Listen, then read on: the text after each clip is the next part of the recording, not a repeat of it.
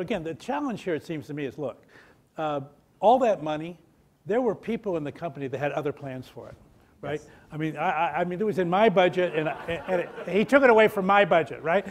So maybe I just cut to that thing. How did you find negotiating that situation where the instinct of the company is to say, no, that's, I needed that for my budget? So, two things.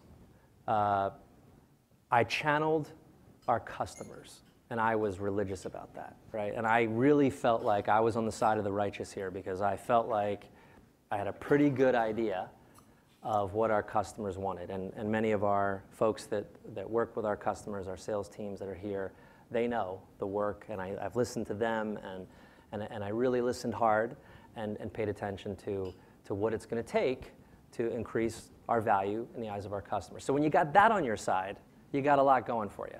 But secondly, we're doing a lot to address, cultural issues as well, right? And this is a very important part of the transformation of D&B. Anytime you've got a company that's got a long history, there are things you do, right, that they're more inside out, right? Yeah. That you just, that are sort of the habit. They're in the DNA of the company. And I've been working, pretty hard to kind of establish a more kind of peer-to-peer environment and make us more kind of outside-in focused. And thematically, hopefully all of the employees that are here would say our three critical themes are act from the outside in, be modern, and be global in everything that we do. So there's a different tone and a style and a tempo that we're seeing at D&B these days. And in a company like ours, you cannot get, strategy execution cannot happen without the team buying into the strategy, getting excited about it, seeing you're making real investments, seeing the real moves we're making to break down some of the walls. I did away with a bunch of the hierarchies. I moved from a leadership team of 13 down to 6 with global leadership positions.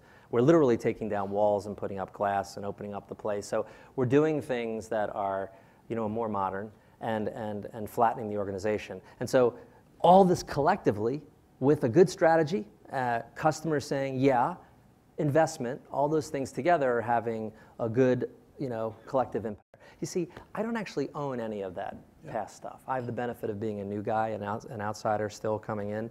And while I respect the history and the 4 presidents and the great brand and all the things, I want to figure out what we need to do today to be relevant to our customers. How do I get great energy going among our employees? And it's there. There just needs to be a strategy and an environment that lets it free. And we talk about, I use the word liberate a lot. One of my core things, which I mentioned earlier, liberate the content from historic channels. But liberate is also about liberation in terms of working with partners in new ways, being much more expansive in how we do business and open to new partnerships. It's about getting out of some of the hierarchical, overly formal ways that we were doing business before, being more peer-to-peer.